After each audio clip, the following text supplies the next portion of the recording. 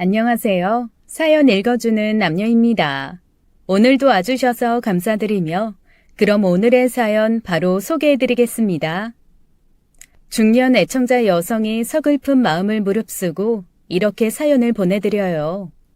부디 제 사연이 여러분께 잘 전해지기를 기원하며 제가 직접 겪었던 실화 이야기를 시작해보고자 합니다. 왜 태어난 뿌리가 없는 사람이란 이 세상에 존재하지 않는 법이라는 말이 있죠. 아주 잠깐만 생각해봐도 그 말은 참으로 맞는 말씀인 것 같아요. 우리 모두는 당연히 누군가의 자식이기 때문이죠. 또한 부모는 자식의 삶을 비추는 등불 같은 존재입니다. 상식적인 생각을 가진 자식이라면 부모를 공경하는 건 당연한 일이고요. 하지만 여러분, 한평생을 공경해온 부모님의 뜻밖의 비밀스런 이야기를 알게 되신다면 그 비밀이 자식들의 삶을 송두리째 뒤흔들어 버릴 만큼 충격적인 사실이라면 여러분의 심정은 과연 어떠실까요? 어떤 선택과 행동을 하시게 될까요? 저의 사연이 바로 그 질문에 대한 이야기랍니다. 장마철과 시아버님의 칠순잔치를 앞두었던 어느 여름날의 일이었어요. 시어머니께서 제게 전혀 예기치 못한 말씀을 아주 조심스레 건네오시더라고요. 이보렴 큰애야, 넌 네 시아버지를 얼마나 믿니? 글쎄요. 네 남편의 정체는 사실 외계인이었단다 정도의 충격선언 정도 아니고서야 전 언제나 아버님을 믿고 따르죠. 허튼 행동, 허튼 말씀 한 번을 한 적이 없으신 데다가 존경받아 마땅한 어르신이라고 동네 칭찬이 자자하시잖아요. 그래, 그렇게 생각하는구나. 일단 알았다. 그렇게 말씀하신 시어머니께서는 무척 어두운 표정으로 자리를 뜨려고 하셨어요. 전 그런 시어머니께 걱정스레 되물었죠. 근데 갑자기 그 말씀은 왜? 어머님, 혹시 무슨 일 있으셨어요? 제 질문에 시어머니께서 한숨을 땅에 꺼져라 내쉬었습니다. 그리고는 잠시 긴 생각에 잠기셨다가 이내 회한 가득한 목소리로 말씀하셨어요. 칠순 가까이 살다 보니 말이다. 세상에 변하지 않는 건 없더구나. 하기사 10년이면 강산도 변한다던데 대체 무엇이간들 세상 영원할꼬. 아무튼 간에 이거 하나만 알아두렴. 크나큰 믿음이란 때로는 형언할 수 없는 실망의 원인이 되기도 하는 법이란다. 그때 전 시어머니의 말씀을 노년 우울증 때문이라고만 생각했어요. 시어머니께서 무릎관절 수술 이후 바깥 출입이 어려워진 탓에 거의 모든 시간을 집안에만 머물며 많이 울적해 하셨기 때문이었죠. 그래서 저와 남편은 시어머님을 위해 가족여행을 주선했습니다. 거동이 불편하신 시어머님을 배려해 바깥 나들이를 즐기면서도 최대한 걷지 않는 여행 일정을 마련했죠. 하지만 까짓거 여행 다녀온 셈 치고 마음만 고맙게 받으마. 정 못하면 아범이랑 둘이서 오붓하게 다녀오든가. 그래도 같이 가셔야죠. 무릎 불편하신 게 걱정이시면 관절에 좋은 온천이랑도 예약해뒀으니까. 아서라. 너도 나중에 이만큼 나이 먹어보면 알겠지만 가만히 앉아만 있어도 사지가 고단해요. 그러니까 더 여행 가셔야죠. 왜 자식들끼리는 그런 말 종종 하거든요. 가만히 집에만 계신 부모님들은 밖으로 다니시는 부모님들보다 훨씬 빨리 늙는다더라고요. 그래서 자식들이 많이 속상하다고요. 어머님 계속 이렇게 울적해 하시면 아범이 자식으로서 얼마나 죄스럽겠어요? 네? 겸사겸사 아버님이랑 오랜만에 두 분이서 오붓한 시간도 보내시고요. 저랑 아범은 중간에 눈치껏 슬쩍 빠져드릴 테니까요. 금슬 좋으시잖아요, 두 분. 좋았었지, 금슬. 뭐 이제 와서 그게 다 무슨 소용인가 싶지만서도. 에이, 연세 드실수록 금슬 좋으면 더 좋죠. 아버님께서 어머님 평생의 반려자이자 가장 가까운 벗이잖아요. 그건 그렇다만 그럼 혹시 네가 시아버지에게 한번 물어봐 주련? 나랑 같이 여행 다녀오고 싶은지. 그렇게 말씀하시는 시어머니의 눈빛에서 전 무언가 마지막 희망을 걸었다는 느낌을 강하게 받았습니다. 하지만 당시로의 전 시어머니께서 가족여행에 어떤 기대를 품으셨을지 좀처럼 헤아릴 수가 없었기에 그저 시아버님께 여행 이야기를 말씀드렸어요. 시부모님께서는 평소 원체 금슬이 좋으셨기에 아버님께서 여행 계획을 당연히 기뻐하실 거라고 생각했죠. 미안하구나. 그날은 선약이 있어. 혹시 무슨 선약이신지 여쭤봐도 괜찮을까요? 게이트볼 치러 나가야 돼. 게이트볼은 매일 치러 나가시잖아요. 어머님께선 여행이 나름 기대되는 모양이시던데 실망시켜드릴 수도 없고요. 어머니 모시고 다녀와. 게이트볼은 내 삶의 낙이잖냐. 그럼 다음 주말에는 어떠세요? 게이트볼 동호회 사람들이랑 파전에 막걸리 마시기로 했단다. 어렵게 준비한 여행일 텐데 미안하게 됐구나. 솔직히 전 시아버지가 처음으로 이해가 안 되었습니다. 게이트볼 동호회가 시아버지께는 일상의 낙이자 황혼의 사회생활과도 같은 격이기에 중요한 일정이라는 건 10분 이해하지만요.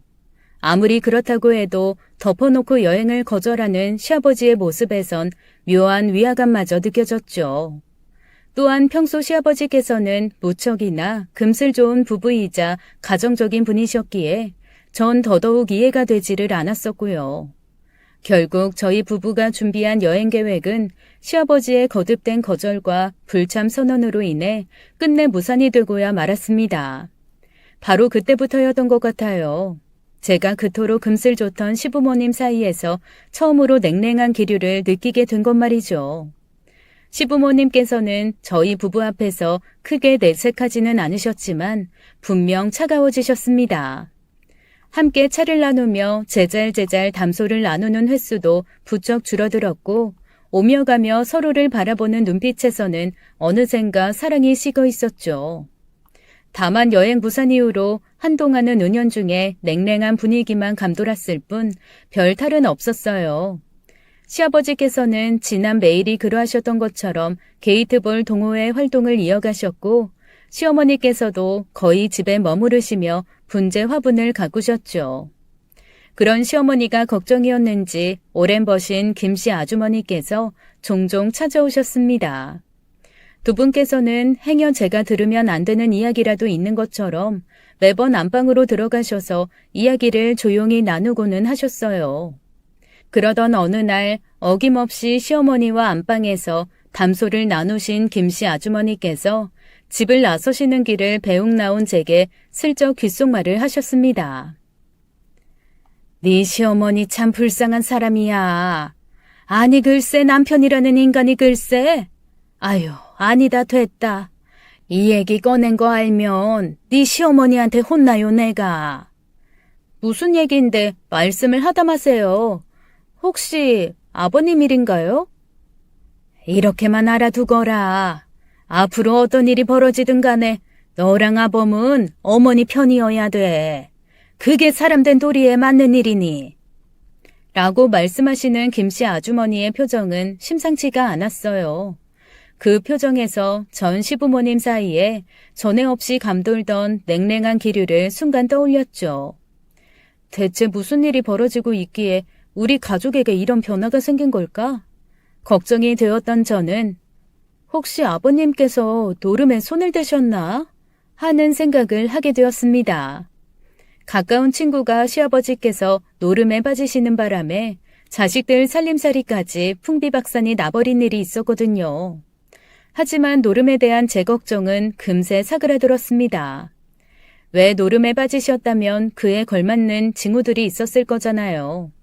무언가에 홀린 사람처럼 행동하신다든지 밤나들이가 부쩍 잦아지셨다든지 제일 크게는 집에서 돈을 가져가는 행동 같은 것들 말이죠. 그런데 시아버지께서는 그런 모습은 일절 보이지 않으셨어요. 시아버지의 일상은 오로지 게이트볼이었습니다.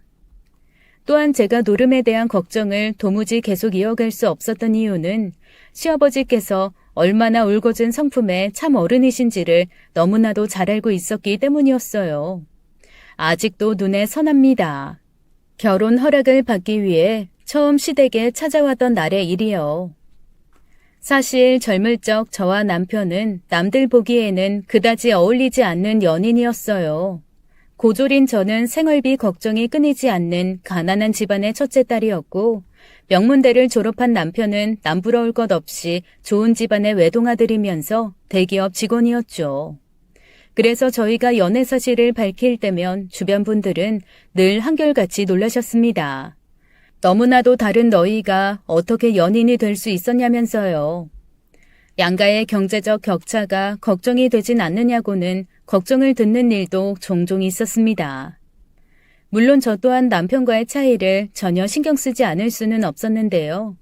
결혼 허락을 받기 위해 처음 인사드린 시부모님, 특히나 시아버지께서는 다른 반응을 보이셨죠. 그래. 이 부모님께서는 지금 어떤 일을 하고 계시는가? 아버지께선 아파트 경비원으로 근무하세요. 어머니께서는 식당 일을 나가시고요. 설거지랑 서빙이요. 형제들은? 그게 어떻게 들리실지는 모르겠지만 중소기업에 취직한 제가 저희 가족 중에서는 제일 성공한 셈이라고 생각하셔도 됩니다. 다들 성인이지만 아직 자리들을 못 잡아서요. 다들 고등학교밖에 못 나온 바람에 그래도 저희 형제 단 한 명도 엇나간 사람 없어요. 어떻게든 가난을 이겨내보려고 최선을 다해서 살고 있거든요. 허기사, 이 요즘 세상에 다들 대학 졸업장 하나씩 가지고 있는 시절이니까는. 순간 전 이어질 시아버님의 말씀이 결혼 반대일 거라고 생각했습니다. 그런데 자네 부모님을 꼭 만나 뵈어보고 싶구만. 가난 하나만으로도 충분히 힘든 삶이셨을 텐데 이 자식들까지 올바른 심성으로 길러낸 부모님들이 얼마나 훌륭한 분들이신지 직접 만나 뵙고 존경한다고 말씀을 드리고 싶다. 그것만으로도 참 감사한 말씀이었는데요. 시아버지의 감동은 거기서 그치지 않았죠. 일단 오늘은 두 사람 이야기를 들어보자꾸나. 어떻게 만나게 되어서 어떤 사랑을 나누게 되었는지.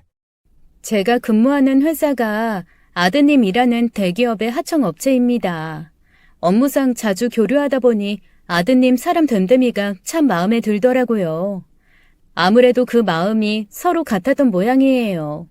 서로에게 조금씩 스며들다가 이렇게 함께 꾸려나갈 미래를 꿈꾸게 되었네요. 다만 양가의 격차가 너무 큰 바람에 저도 조금 걱정은 하고 그게 어찌 자네 걱정이 되겠는가? 사람이 사람을 사랑하는 마음은 크나큰 강줄기와도 같아서 막으려 해도 막아지지 않는 것을. 허나 아범은 지금부터 내가 하는 말 잘 듣거라. 아범이요? 아버지 지금 절 아범이라고 부르신 거예요? 아들이 장가를 들면 당연히 호칭도 그에 맞춰서 바꿔야지. 다만 명심해야 돼. 이 아범이라는 호칭에는 가장이자 지아비로서의 무한한 책임이 걸려 있으니 앞으로 절대 노름에 손대지 말 것이며 이 주색 잡기에 빠져서도 안 될 것이며 양가의 경제적 차이로 인해 새아가를 업신 여기는 일이라도 생겼다가는 그날로 난 새아가를 내 딸로 품고 널 자식이 아닌 남으로 내칠 것이다. 시아버지께서는 이처럼 참된 어른이셨으니 제가 감히 함부로 노름 걱정 따위를 오래 이어갈 수가 없었던 거죠. 하지만 시부모님 사이의 냉랭함은 갈수록 커져만 갔습니다. 저와 남편이 대체 어쩐 일인지 직접 엽주자니 그것 또한 자식된 입장으로서 절대 쉽지 않은 일이더라고요. 그렇게 중간에 끼어버린 저와 남편이 차마 이러지도 저러지도 못하는 사이 전 차마 의심을 품지 않을 수 없는 불길한 징조를 감지하고야 말았습니다. 게이트볼 하러 나가셨던 시아버지께서 매일 낯선 향기를 온몸에 묻힌 채로 귀가하기 시작하신 거예요. 전 그 낯선 향기의 정체를 선명하게 알 수 있었어요.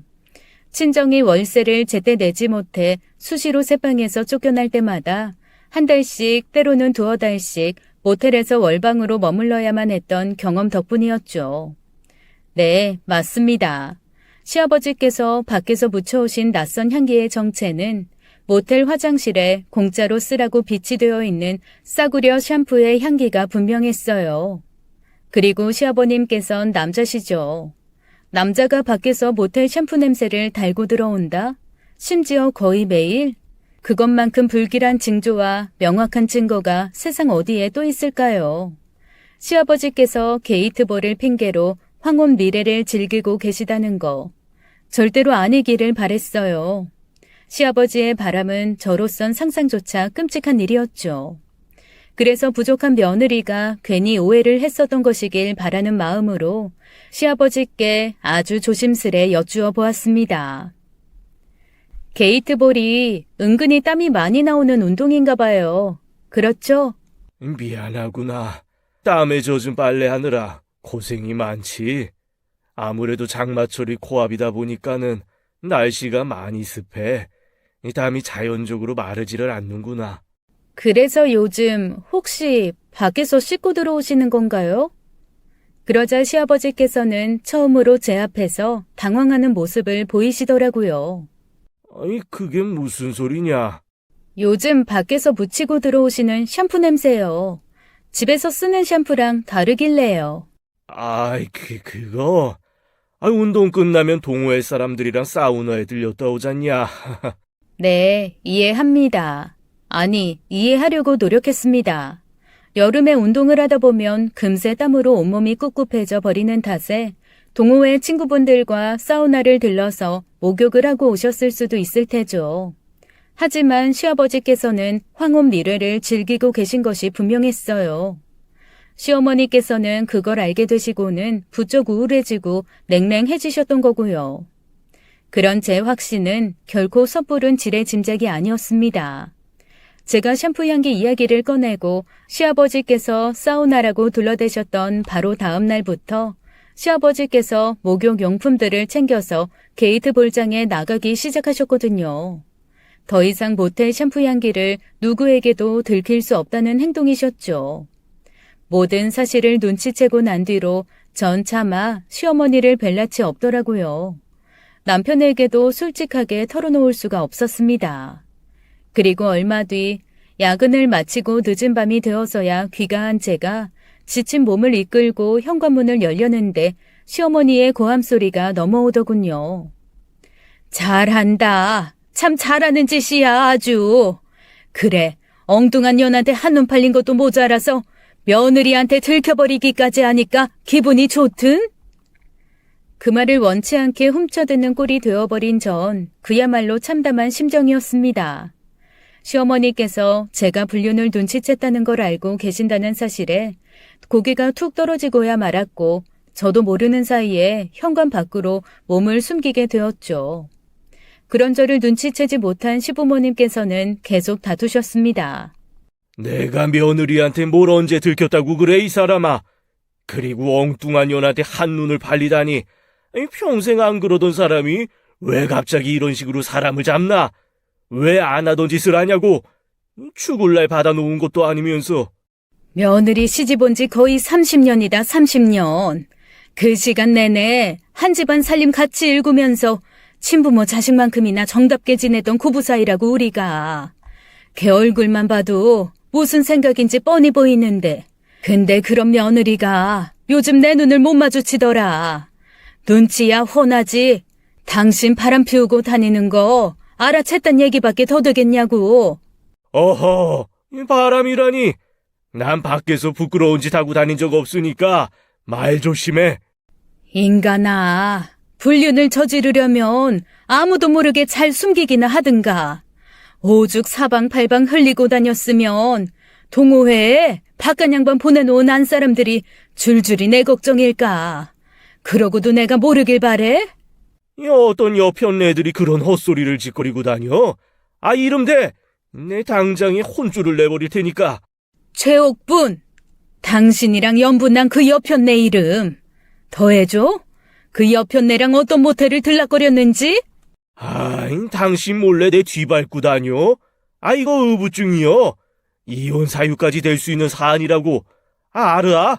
관절 수술까지 한 내가 굳이 뭐하러 힘들게 뒤를 밟어? 가만히 앉아만 있어도 그 여편네가 당신 휴대전화로 수시로 전화질을 해다 바치는데 우리 지금 어디 모텔이다. 당신은 씻는 중이고 이 남자 나한테 홀딱 넘어왔으니 순순히 인정하고 이혼해라. 자랑하려고. 이 와중에 내가 더 비참했던 건 뭔지 알아? 전화 너머로 당신이 샤워하면서 콧노래 부르는 소리가 넘어오더라. 아주 신이 많이 나가지고서는. 거짓말을 치려면 좀 그럴싸하게라도 치던가. 휴대폰 보여줘. 그 시간에 당신한테 전화건 통화 내용 남아있나? 그 여편네도 바보가 아닌 이상 전화 끊자마자 바로 통화 내역 지웠겠지. 당신이 아무것도 모르는 채로 신나서 샤워하는 사이에. 우리랑 똑같이 나이 먹은 회원님이야. 통화 내역 지우는 방법을 어떻게 안다고? 당신도 할 줄 알고 나도 할 줄 알아. 며느리가 가르쳐줬으니까. 그 여편네도 누구한테서 배웠겠지. 그만하자. 당신 망상이 지나쳐 오늘. 이걸 어쩌나? 망상으로 치부하고 넘겨버리기에는 내 휴대전화에는 전화 받은 내역이 그대로 다 남아있는데, 이래도 끝까지 부인하겠다면 전화국 가서 당신 통화 내역 뽑아보든가. 그것까진 지울 수 없었을 테니깐. 그러자 시아버지의 긴 한숨소리가 넘어왔습니다. 아주 명백한 무언의 인정이었죠. 그래. 나 그 사람 만났다. 당신보다 훨씬 많이 사랑하게 됐어. 다 인정할 테니까 조용히 이혼하자 우리. 이혼? 싫어. 못해. 누구 좋으라고 이혼을 해줘?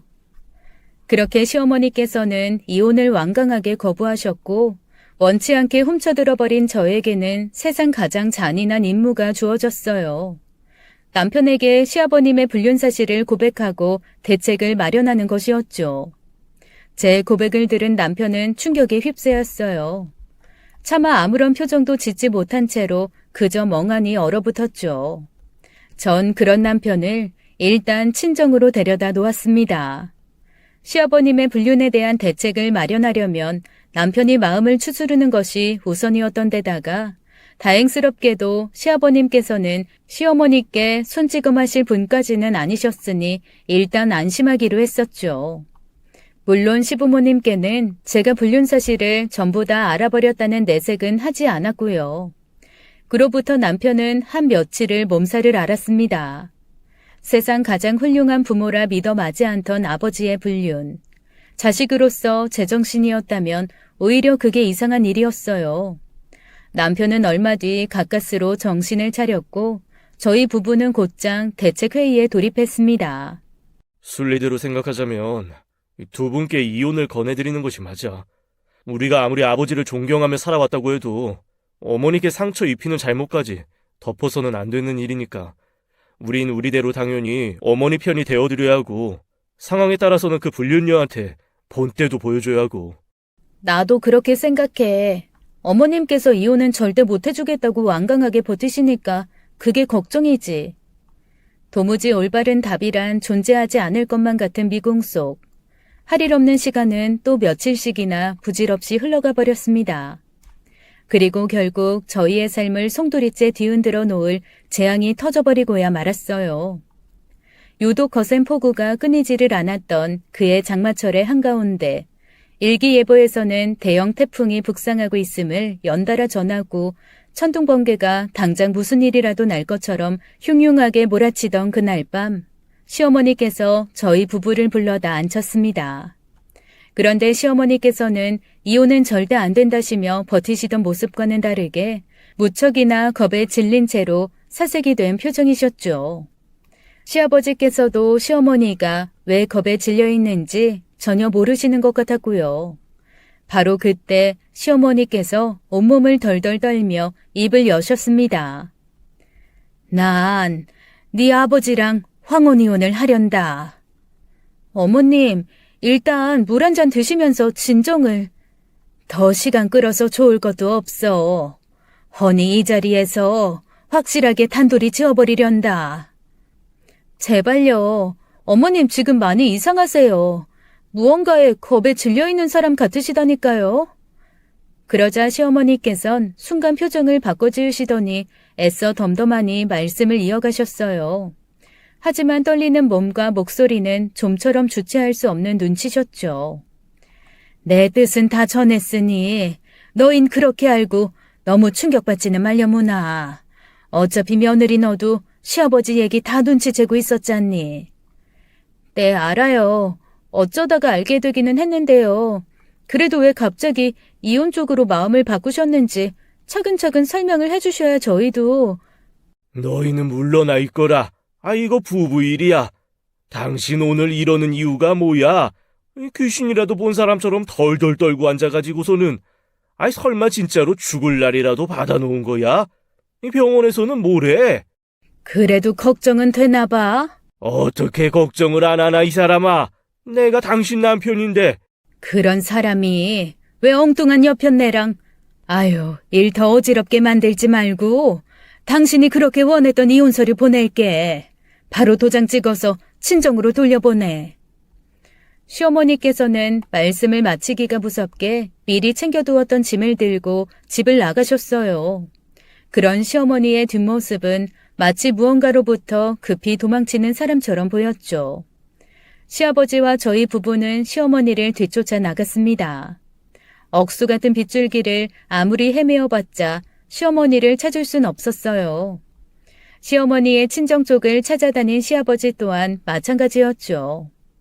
그렇게 애타는 마음으로 맞이한 새벽, 남편에게 어떤 여자로부터 전화가 한 통 걸려왔습니다. 차복희 씨 아드님 되시죠? 네, 제가 아들이에요. 어머니 보호하고 계시나요? 그게 여기 병원인데요. 어머님께서 임종하셨습니다. 정신없이 달려간 병원에서 저와 남편은 시어머니의 싸늘한 주검과 마주했습니다. 그 누구도 감히 예상할 수 없었던 갑작스런 불의의 사고. 다름 아닌 뺑소니 교통사고였어요. 시어머니의 친정 쪽을 찾아다니시던 시아버지께서는 저희 부부보다 제법 늦게 병원으로 도착하셨어요. 주검을 처음 마주한 시아버지께서는 실신하셨습니다. 실신했다가 의식을 찾기 무섭게 또 목 놓아 울다 실신하기를 종일 반복하셨죠. 시아버지께서는 시어머니의 갑작스런 임종을 분명 진심으로 슬퍼하고 계셨습니다. 하지만 아픔은 이제 겨우 시작이었을 뿐이었어요. 저희 가족에겐 더더욱 잔인한 현실이 기다리고 있었죠. 시어머니의 장례를 바로 치를 수가 없었습니다. 뺑소니 사고는 형사사건인 탓에 시어머니의 주검을 부검해야만 했거든요.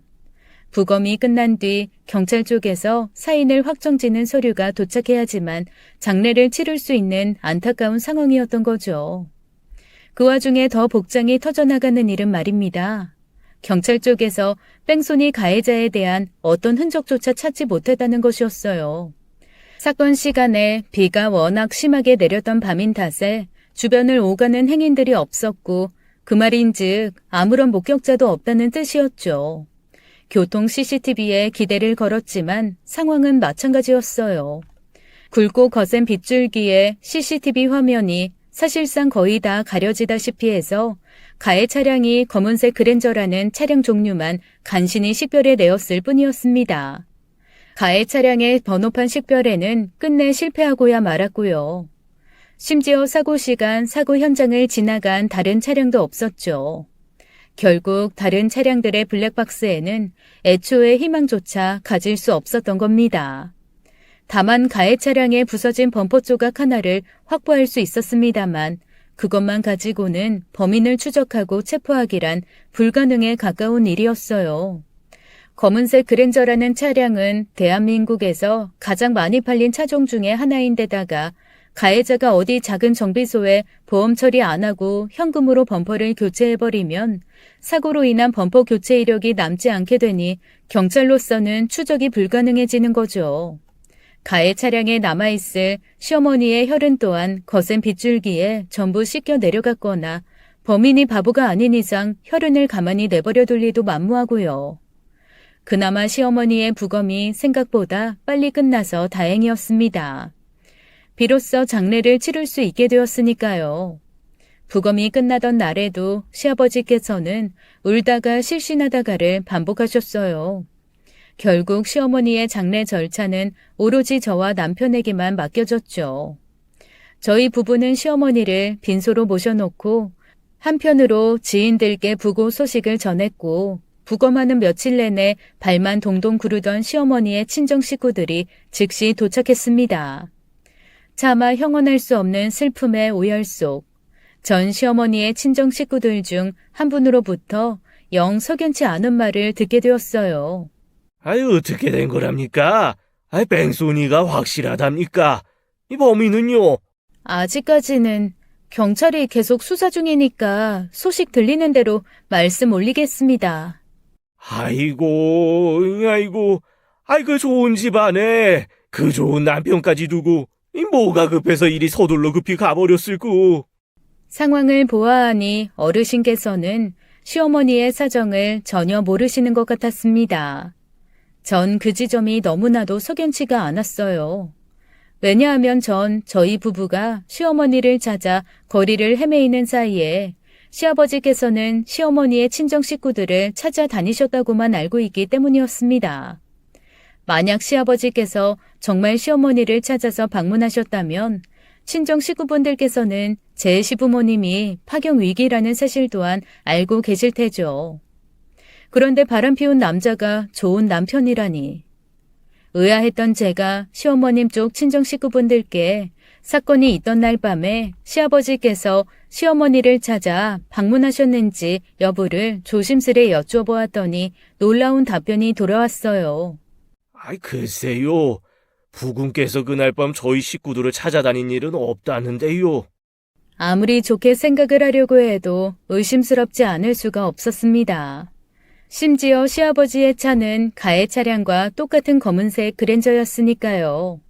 외람되지만 하루아침에 시어머니를 잃고 범인마저 오리무중인 며느리가 고인의 억울함을 풀기 위해 하지 못할 일이라는 게 세상에 어디 있겠습니까?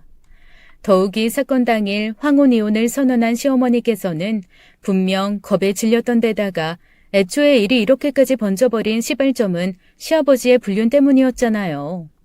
확인이 필요했던 저는 시아버님께 죄스러운 마음을 무릅써가며 장례식장 주차장에 주차된 시아버지의 검은색 그랜저의 범퍼를 혼자 몰래 확인했습니다. 아주 만약에 가해자가 시아버지라면 범퍼가 깨져 있을 테니까요. 사고 현장에서 가해 차량에 깨진 범퍼 조각이 발견되었는데 깨진 범퍼를 교체할 시간적 여유가 시아버지에겐 없거든요. 그렇게 제가 직접 눈으로 확인한 시아버지의 검은색 그랜저 범퍼는 멀쩡했습니다. 눈곱만큼도 부서져 있지 않았어요. 전 공연하고 불경스러운 의심에 대해 스스로를 자책하며 제 머리를 한 대 쥐어 박았습니다. 마침 시아버지께서는 장례식 마지막 밤이 되어서야 안정을 찾으셨다는 소식이 전해졌어요. 나 며칠이나 이러고 있었냐? 이 장례는 오늘이 마지막 밤이에요. 내일 아침이 발인입니다. 정성스럽게 모시고 있지. 그럼요. 어머님을 존경했던 만큼 최고의 예우를 갖추고 있어요. 잘했다. 잘했어. 어여 가보자꾸나. 괜찮으시겠어요? 정신 차리시자마자. 내 너희들에게 차마 못 보일 꼴을 보였지만 내가 그의 남편이잖냐. 상주잖니. 이 상주가 마지막 날까지 자리를 비워서였어. 다행이었습니다. 시아버님께서 남편이자 상주로서의 본분을 잊지 않으셔서요. 그런데 시아버지께서는 제 부축을 받아 빈소로 들어가기 무섭게 하얗게 질리며 얼어붙으셨어요. 문제의 그 불륜녀가 버젓이 문상을 와 있더군요. 왜? 이제 와서 애도라도 하려고? 애도하면 이 집사람이 곱게 받아줄 것 같아? 천만의 말씀. 그 사단을 내어놓고서는 여기가 감히 어디라고 와 오기를. 귀한 남의 집 장례에 부정타게 하지 말고 썩 꺼져라 이거사. 부정탄다니? 무슨 말을 그렇게 서운하게 해요. 어디 내가 못 올 자리 와서 있는 것도 아니고. 나 이제 엄연히 당신 여자잖아요. 우리 같이 나란히 누운 잠자리가 몇 번인데. 그리고 내가 사다를 내긴 무슨 사다를 냈다 그래요? 조문객들 얘기 듣자 하니 사고였다면서요. 불의의 사고. 누가 들으면 내가 전처 그렇게 만든 사람이라고 오해하겠네. 뚫린 입이라고 말 함부로 하지 마라. 내가 아무리 한때나마 너라는 여인한테 홀렸었다 한들 지금은 마음 다 추스르고 정신 말짱하니까 상주로서 곱게 돌려보내줄 때 얌전히 돌아가서 잠자코 기다리기나 해. 이런 식으로 명재촉하지 않아도 너에 대한 처분은 금방 떨어지고야 말 테니. 바로 그때 불륜녀의 입에서 인간으로서는 도저히 할 수 없는 뜻밖의 말이 튀어나왔습니다. 받아내고 싶은 약속이 있어서 왔어요.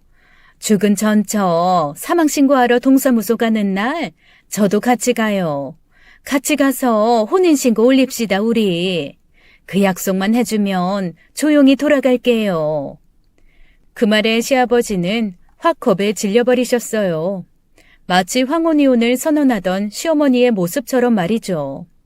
순간 전 시어머니의 임종이 어쩌면 불륜녀와 관련이 되어 있을지도 모른다는 짐작을 하게 되었습니다. 하지만 상주로서 장례식 분위기부터 수습해야만 했어요. 일단 나가주시죠. 상중입니다. 하여튼 간에 없이 자란 것들은 꼭 낄 자리 안 낄 자리 구분을 못한다니까. 이보세요 며느님. 내가 자네 새 시어머니 될 사람이야. 어따 대고 나가라 말아야? 그러는 그쪽이야말로 어따 대고 없이 자란 것들 운운하는 거죠? 저 잘 아세요? 가난한 집 여식인지 아님 양가집 교수인지 그쪽이 알면 뭘 한다고 함부로 입을 놀리냐고요. 홧김에 쏘아붙인 말이었지만 저 스스로 참 일리가 있는 말이겠더라고요. 장소도 남부러울 것 없이 최대한의 예우를 갖추어 차려놓은 장례식장이겠다. 복장 또한 단정한 상복 차림이겠다. 심지어 좋은 집안의 며느리로 그 자리에 있는 거겠다. 일면식도 없는 불륜녀가 제 친정의 가난을 한눈에 알아볼 수가 없는 일이잖아요. 그런데 뜻밖에도 불륜녀는 저뿐만 아니라 제 남편까지도 잘 알고 있는 눈치였습니다. 요즘 며느리들 중에 보기 드물게 시댁으로 들어와서 시부모 모시며 시집살이 산다며. 중소기업이라면서 대기업 직원이랑 눈 맞아서 결혼했고. 맞지? 그니까 그쪽이 그런 걸 대체 어떻게 알고 있는 거냐는 거잖아요. 어떻게 알긴. 사랑하는 우리 그이가 자식 손주 자랑이 어마어마해요. 아들이 대기업 어디 다니며 연봉은 얼마 받는지, 손주는 또 어느 학교에서 전교 1등 하는지까지 사사건건 전부 다. 섬뜩한 기분이 들었어요.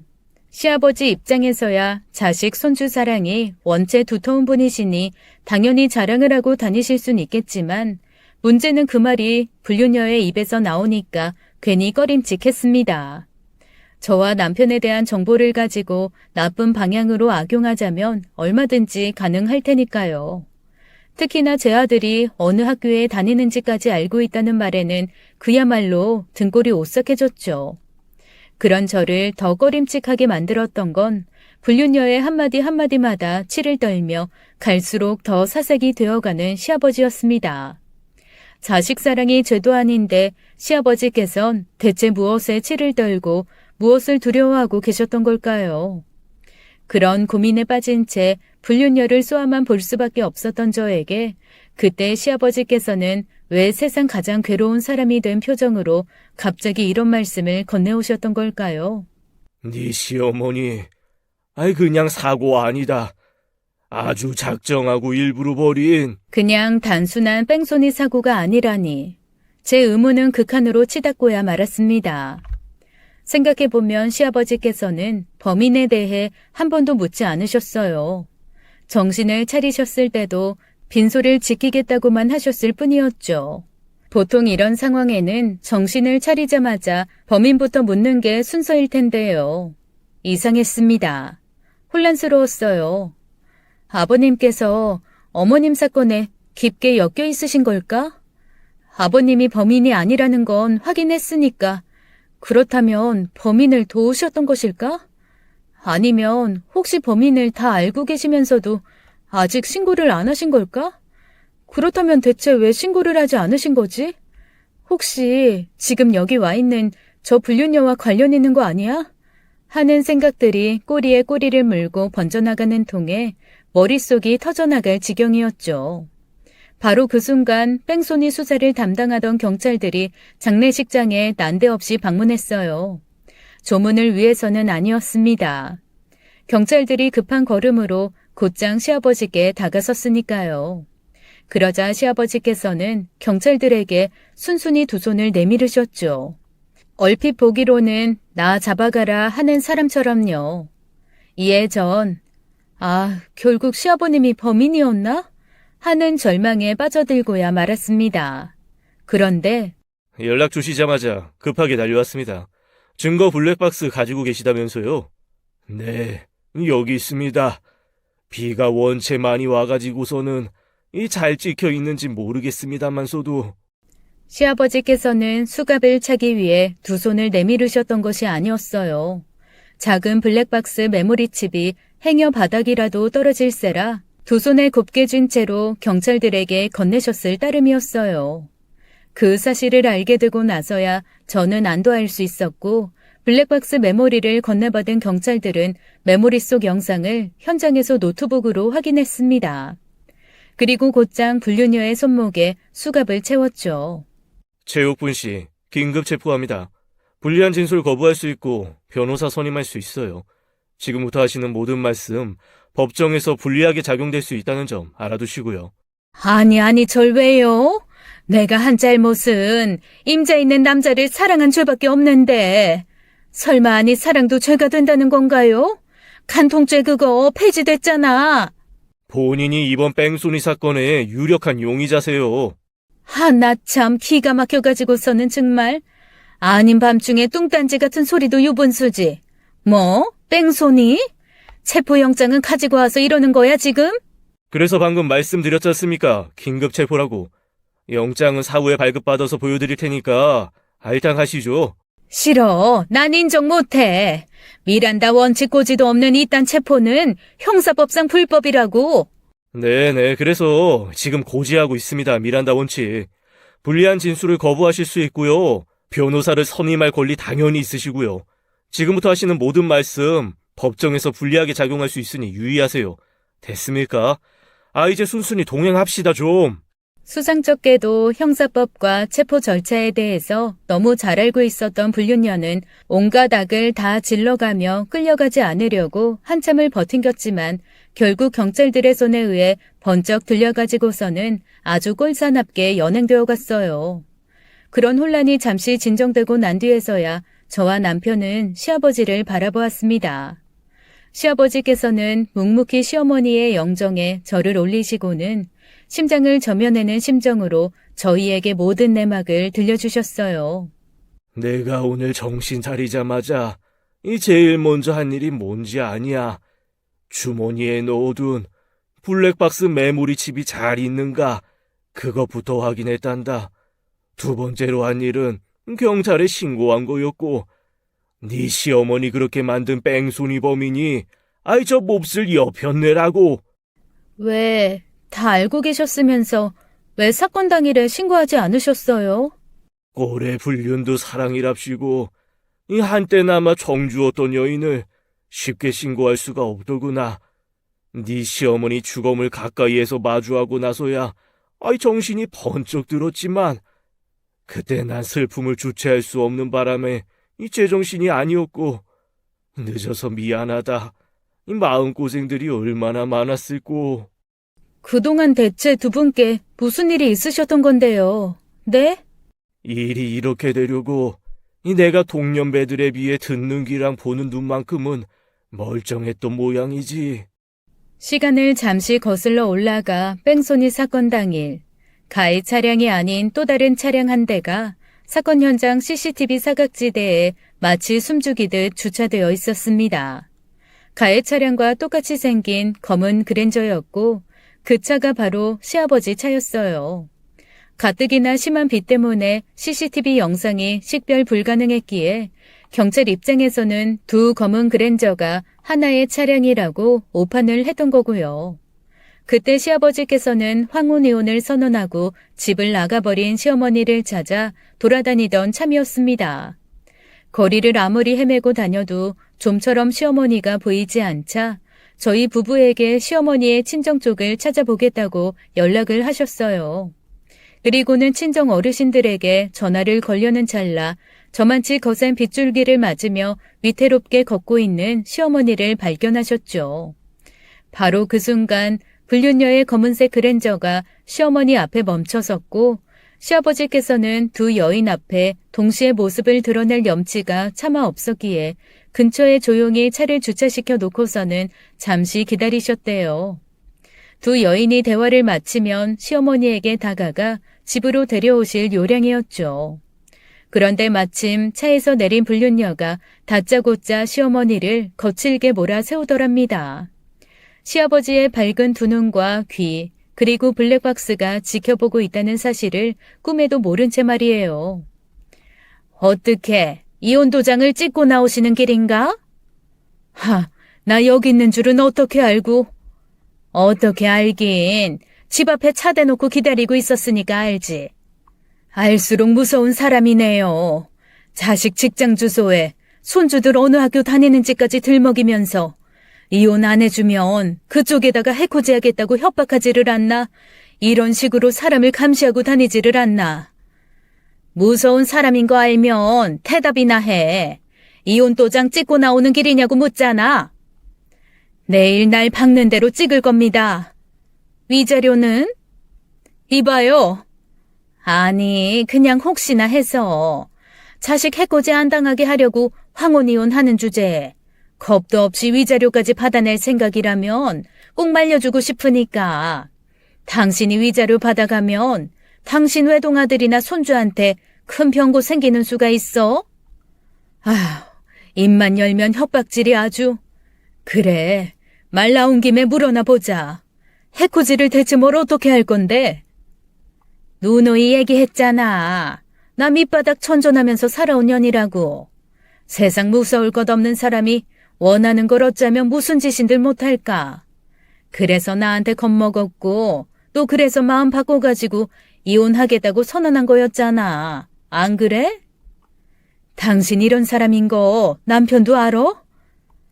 애저녁에 저승길 간 내 전 남편 얘기라면 그 양반이나 나나 똑같이 개차반인 삶이었고 당신 남편 얘기라면야 끝까지 모르게 할 생각이고 그 집안 돈도 돈이지만 남편분이 힘이 참 좋아. 이 나이에 다른 놈들한테선 그런 밤일 기대하기 힘들잖아. 놓치기 얼마나 아깝겠어. 그런 의미로다가 몸만 곱게 이혼해. 이제 곧 내가 안주인 될 그 집 재산 한 푼도 건드리지 말고. 그렇게 못하겠다면 이혼할 땐 하더라도 내가 받아야 하는 위자료는 단단히 챙겨받아야겠다면. 칠순 다 된 이혼녀가 돈 쓸 일 뭐 있다고? 왜? 다른 젊은 논팽이라도 하나 꼬셔서 새살림 차리시게? 우리 아들 며느리 물려줄 거다 왜?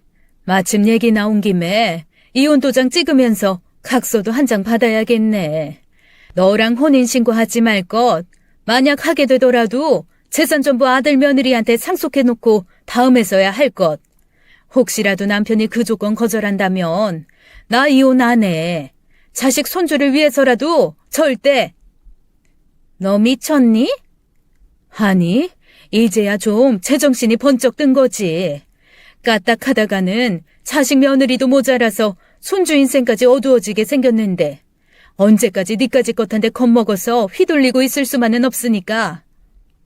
그래, 그러든가. 나야 뭐 곱게 말로 안 통하면 다른 방법 많아. 비도 많이 오겠다. 보고 있는 눈도 없겠다. 그럼 조심히 들어가세요. 지금 그 길이 어디로 향하게 될지는 모르겠지만. 말을 마친 불륜녀는 곧장 차에 올랐고 그것이 시아버님 차에 블랙박스가 밝혀낸 시어머니 뺑소니 사고의 전말이었습니다. 이후 불륜녀는 안면 몰수하고 장례식장까지 찾아와서는 시어머니의 사망신고를 하는 날에 혼인신고까지 해버리자고 닥달을 했던 것이고요. 시아버지의 건강한 몸과 재산 모두를 혼자서 거머쥐기 위해서요. 그런 고해성사를 모두 들으며 저희 부부가 가장 가슴이 아팠던 건 시어머니를 그렇게 만든 불륜녀의 검은색 그랜저 차량을 시아버지께서 불륜녀에게 직접 선물했다는 사실이었습니다. 굳이 뺑소니가 아니었더라도 불륜녀는 어떤 식으로든 시어머니께 해악을 끼쳤을 테지만 만약 사건 당일 불륜녀에게 차가 없었다면 저희 부부가 시어머니를 불륜녀의 마수로부터 구원할 금쪽 같은 시간이 다만 며칠이라도 주어졌을지 모르는 일이었을 테니까요. 그리고 그날 시아버지께서는 시어머니의 영정 앞에 무릎 꿇고 앉아 한참을 오열하셨습니다. 내 차마 아무런 사죄도 할 수 없네. 이미 세상을 떠나버린 그대 앞에 내가 무슨 염치와 낯짝으로 감히 잘못을 빌겠나. 이 그놈의 욕정에 눈이 멀지만 않았더라도 영원히 날 용서하지 마시게. 부디 영원히. 그 뒤 시어머니의 장례는 하늘마저도 깊은 애도를 표하는 가운데 마무리가 되었습니다. 발인을 마치고도 한동안 비는 그치지 않았거든요. 마치 하늘이 시어머니를 위해 울어주는 것처럼. 시아버지께서는 시어머니의 장례 이후 처음으로 해가 화창하게 빛나던 날에 당신 스스로 큰 결단을 내리셨어요. 아범 내외는 듣거라. 이 하늘은 이렇게 맑게 개었는데 난 저 햇살마저 날 꾸짖는 것처럼 보이는구나. 하기사, 큰 죄를 지어놓고 아름다운 하늘을 버젓이 바라보며 이 마음 편히 살 생각을 했다면 그건 오산이겠지. 아버님. 젊을 적부터 가끔 불공을 들이러 가던 작은 산사가 하나 있다. 나 오늘부로 그 산사로 들어가 참회의 삶으로 남은 여생을 채우고자 하니 배웅은 나오지 말거라. 행여 음식이니 따뜻한 옷가자니 하는 것들도 절대 보내지 말고 이름 없는 수행자가 되어 내 죄와 업보를 참회할 수 있다면 그저 그걸로 좋게. 그래도 늘 건강하셔야 합니다, 아버님. 그 또한 천지신명의 뜻에 달려있겠지. 말이 길었구나. 이만 서둘러 떠나야겠다. 너희도 부디 건강하고. 입고 계시던 옷 한 벌만 걸치신 채로 다른 아무 짐도 없이 호련히 떠나시는 시아버님의 모습을 저와 남편은 그저 바라볼 수밖에 없었어요.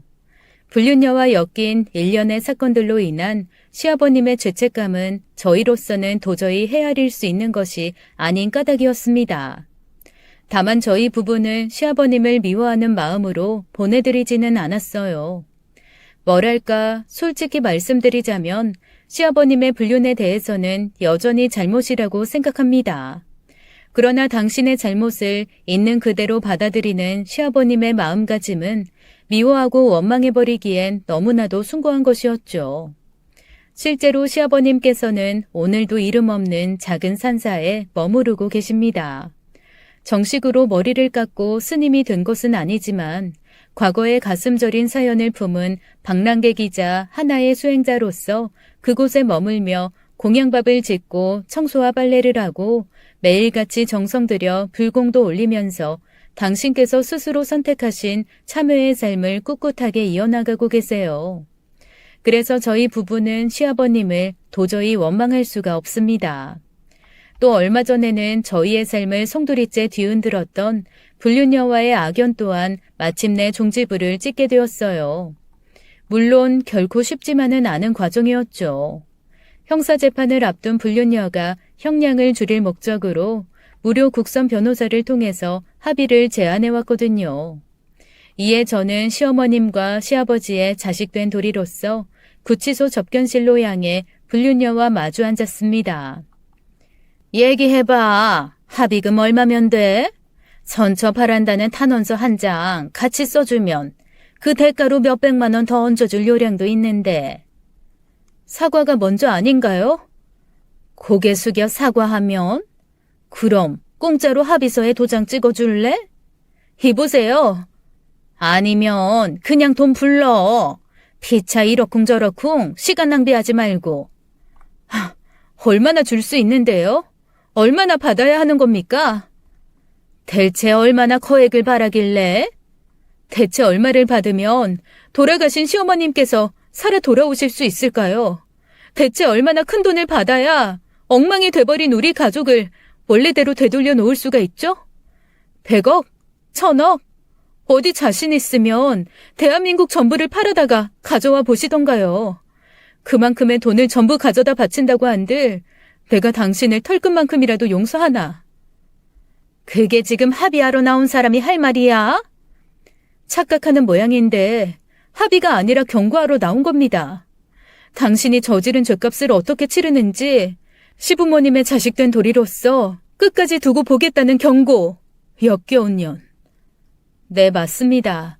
전 애초에 합의가 아닌 경고를 위해 그 자리에 나섰고 불륜녀는 저희 가족으로부터 어떠한 선처도 구하지 못한 채로 형사 재판에 넘겨졌죠. 애석하게도 사건 당일 비를 맞으며 시어머니께 해댔던 불륜녀의 협박은 워낙 거센 빗소리에 가려져 블랙박스에 전혀 녹음되지 않았더라고요. 하지만 블랙박스의 영상만큼은 사건 장면을 모두 기록하고 있었기에 다소간의 화질 보정 작업을 거쳐 증거로 법원에 정식 제출되었습니다. 그 결과 불륜녀는 의도적인 뺑소니 혐의가 인정된 끝에 큰 형량을 선고받았어요. 그래서 지금 불륜녀는 교도소에 수감되어 있죠. 이제 불륜녀에게 남은 단 하나의 희망이란 노령을 빙자한 가석방일 뿐일 테지만 가석방으로 교도소를 벗어난다 한들 그래봤자 무슨 의미가 있는 건가 싶습니다. 그때는 이미 죽을 날 받아놓은 상태로 저승에 오늘 가느냐 내일 가느냐 하고 있는 상황일 거 뻔한데요. 결국 불륜녀에게 자유로운 하늘을 누리고 살아갈 시간이란 적어도 이번 생에는 1분 1초도 남아있지 않은 셈이죠. 지금까지 사연 읽어주는 남녀였습니다. 끝까지 함께 해주신 여러분 감사드리며 저희는 다음 사연으로 돌아올게요. 감사합니다.